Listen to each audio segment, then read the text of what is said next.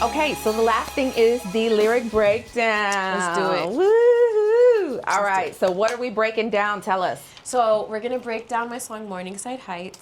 The bomb one. Okay. Yeah, because I feel like although there's a lot of really good songs on the album, this is the one that tells my story. And like, let's fucking go. Let's go. Let's tell it. Let's tell it. So the song starts out with the first verse, and the lyrics say, "Before I was a star and poppin' ashwagandha." Ashwagandha is an herb that you take, and it's for your health. It helps you have dreams, like you know, you have vivid dreams. It helps you, you know, in a lot of ways. Like calming, right? Calming, stress. It relieves your stress.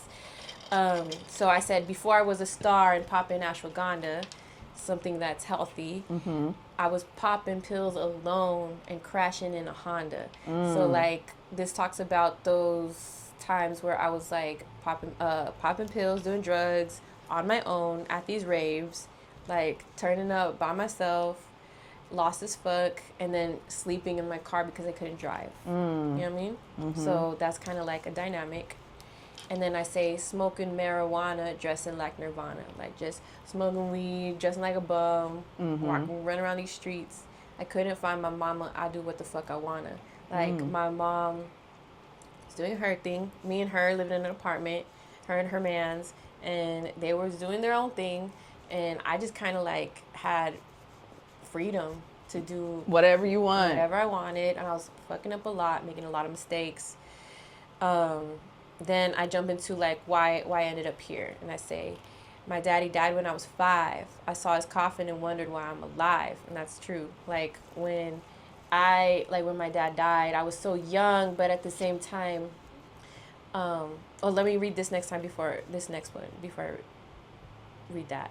I say, misunderstood. I feel I'm so mistaken. My childhood was taken. I felt my third eye awaken. I feel like I came into reality, like I realized what life was and what tragedy was and what it meant to die at 5 years old. Wow. That's when I learned what death was. And that's I feel crazy. Like when a child learns what death is, then you're no longer have that childlike mentality. You're still a child and you're still mature and you're still, you know, of course. But I'm just saying, like, I learned something I shouldn't have learned so young. Yeah. You know what I mean? And I think because of that, I remember my life at 5 years old. Like, a lot of people don't remember that. No, I don't. I remember shit from that time. Like, very deep, deep time. Seeing my mom cry, hearing my mom cry all night. Yeah. And then, you know, like, me sharing a bed with all my brothers and sisters, and like us like not knowing what's going on and just being so lost and stuff, like that was that. I remember all of that because I woke up at 5 years old. Yeah. Then I say, they see my face and say, this beauty don't know pain. And that's a girl thing. That's like, oh, like she's all polished and pretty, like she don't know what's up. You know what I mean? Like she don't know pain. She don't know. They have no idea. She ain't been through shit. Like, look how, you know, like she cares about makeup and nails. Yeah. You know? Then I say, I wish they knew the damage my brain overcame. Facts. Like, I wish they knew what I went through. And then I say, I grew up insecure and people called me ugly. Facts. I cut my hair to hide my face and I don't love me. I used to like feel like I was so insecure, and that's why it was hard for me to make friends, because I didn't know how to be social, and I was very awkward, and because of all that, I didn't like people to look at me. I just didn't like people looking at me, so I cut my bangs to like hide my face, and like I had this haircut where it was just like you know, covering like my Aaliyah. face. Yeah, dude, I just like I didn't like people to look at me, and like, it would make me nervous when people would look at me. So yeah, and then people would call me ugly for real. Like people would tell me things like fucked up shit, you know what I mean? What in the world, girl? You couldn't be ugly ever. Yeah, I mean, girl, I've come a long way. I've come a long way. I mean, we all had the awkward phase. We looked at pictures the other day. We were going through memory lane, and I was like, oh shit. We all had the awkward phase, but damn. Straight up. So like that whole section is kind of like they see my face and say it's beauty, don't know pain. It's kind of like I did a lot to reach this point. You know what I mean? Like this is a lot of work.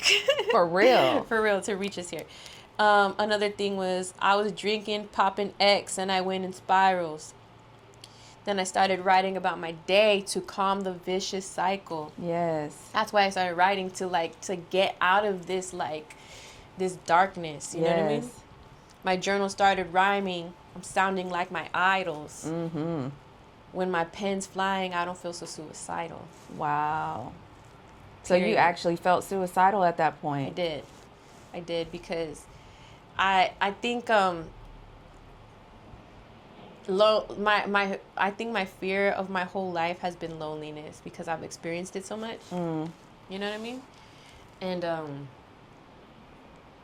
when you feel so alone in the world, like you end up there. Yeah. You know? And I feel like is there a reason you used poppin a lot? Like for Krystall Poppin, did you use poppin intentionally a lot?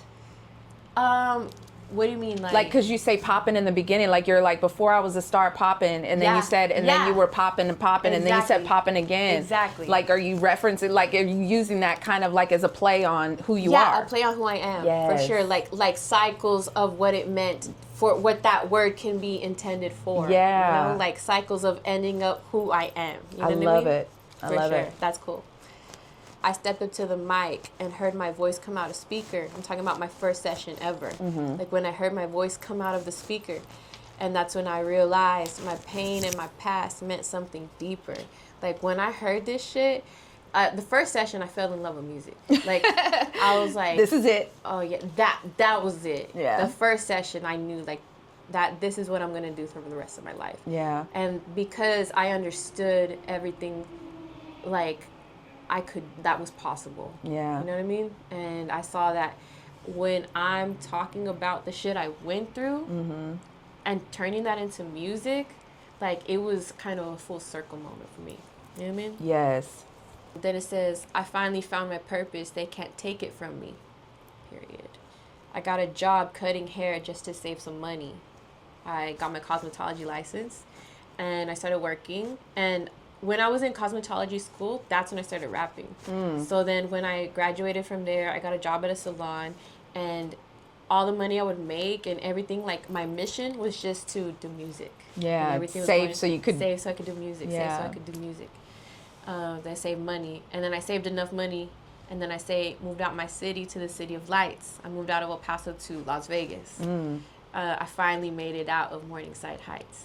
So That's when you left. That's when I left. That's Yeah. really like I saved up all this money. I quit my job. I don't know what I was gonna do, but I needed to move, and I went to Vegas. Yeah. I didn't know what was gonna happen, and I did it.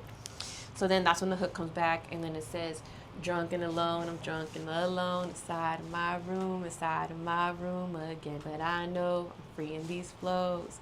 I know this paper won't fold on me.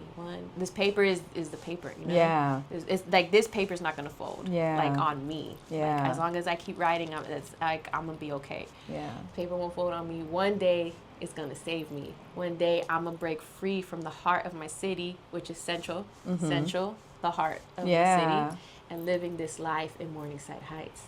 So that's the hook. Then verse 2 says, now I'm talking about what happens after. So now I'm saying Krystall Poppin was my name, started blowing up iconic. And that's just kind of what, like, as soon as I jumped on that stage, it was like, Krystall Poppin, you know what I mean? Yeah. I'm just like, oh shit, okay. I lived in an RV with D and 3 and no belongings. So I moved into an RV at some point 2018, because I knew that I had to have no bridges back to safety or to comfort. Like I needed to go. I needed to go find what this music was going to take me to. Yeah. Like, why am I doing this? What is my purpose? Me, 3, and the homie D moved into an RV. Yeah. Went on tour with GT Garza. Wow. And we were just like fucking figuring it out, bro. We would starve. We didn't shower. We had to, anything that was in the RV, that's all we owned. Yeah. You know what I mean? Like we didn't have electricity all the time and shit like that, but We were making it happen because we were doing music. Yeah. We were recording, we were performing, we were making it happen. Then I say Nashville, Atlanta, LA. I caused a scene, which is like I'm out here doing this shit like I'm fucking, you know, having fun, performing, popping my shit. And I say, then GT Garza found me, said, girl, go on tour with me. Yeah. Shout out to GT Garza. He really did. So I jumped on stage and killed it. I made them people feel it.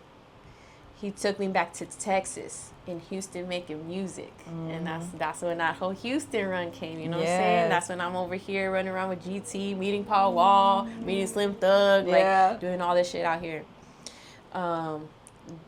Then my name started buzzing. Though I showed up with nothing, I got haters and fans now. Look who I'm becoming. It's just like I'm appreciating even the haters, because it's just like I showed up with jack shit, and now I got haters. Like, oh shit, let's go. You know what I mean? Hell yeah. Look who I'm becoming. I dropped my album, and execs started looking for me. I dropped Raw Gold Honey, and that's when I started getting contacted by people in the industry, like people like setting up meetings, want to do shit with me like that.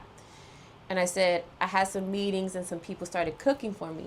Did, you know, like, let's make some deals. Let's sign some contracts. Let's do some music. Yeah. But they didn't see my vision, had me doing anything. They started breaking up my team. I lost everything. So I entered into these rooms and I was promised the world. And as soon as things were signed, they wanted to get rid of everybody. They told 3 he couldn't be in the studio with me. They told these person that they can be in studio. We can't work on music together no more. We're not going to put out no more solo stuff like without them. Like they started getting very controlling on my career. So I took a step back, kept my head down, kept working on my craft. So I actually reached a point where I was like, I don't want to do this anymore. Like, I'm walking away from this. I don't want to work with you guys. I want to go do my own thing. Fuck this. Good for you. Yeah, I put my foot down because all I was starting to do, like every time I'd come home from the studio from working with them, and at the time I lived with all the homies. But they couldn't work with me. So I'd come home and talk about my studio day, but it was shitty because I was doing everything they wanted for me and it just wasn't the right fit. Yeah. You know what I mean? It just wasn't the music I wanted to make. And I just kept reminiscing about the old times in the RV and like with G and like making the music that we wanted to make and like all this stuff. And I was just like, I was like, I don't want this. Yeah. And it seemed like the best opportunity for me to be in. I looked crazy for stepping away from, and I said, no. Good for you. This is not it. So I took a step back. And then Smooth Vega hit me up. He said, KP, you meant to last. I could see your vision, and I think I got a plan. Oh, yes. Shout out to Smooth Vega, because he had the plan. And then I come back and I say, because when you're from the Central Side, you might die as a fiend or get pregnant as a teen. I'm killing my curses. I'm breaking free from my chains. But I'm proud of where I came. It taught me to sustain. In the heat, in the desert, we forget about the rain. El Paso's in the desert. Yeah. It don't rain a lot. From where the rose withers, the daisy will remain. So the whole concept of the desert daisy is these little yellow flowers that grow in El Paso, like from the weeds. And like you would never expect anything beautiful to grow out of the desert, especially out of some weeds, but these like little yellow beautiful flowers grow from them. And I always related myself to those little yellow flowers. And yellow's my favorite color. So I've always been drawn to them, you know, so I call myself the desert daisy. Like I am the daisy that grows from the weeds, you know what I'm saying? I love it. So, but roses, they can't survive in the desert, you know what I'm saying? Like these pretty perfect little things, like they won't sustain in the desert, but these daisies will. Yeah. Where the rose withers, the daisy will remain. It's time I tell the story I've been holding all my life. I finally made it back to Morningside Heights. Now, it's time I tell the story, put it on the album called Morningside Heights. I brought it back, and here I am now. Wow. Mm-hmm. That is beautiful. Yeah. I love it. I love it. Oh my God, that was the best song to break down. I love it. I love that story. I love how you told it. And I mean, guys, this album is just absolutely amazing. And I love the fact that we spent so much time talking about it. I finally made it out on Morningside Heights. Drunk and alone, I'm drunk and alone inside of my room again. But I know I'm free in these clothes. I know this paper won't fold on me.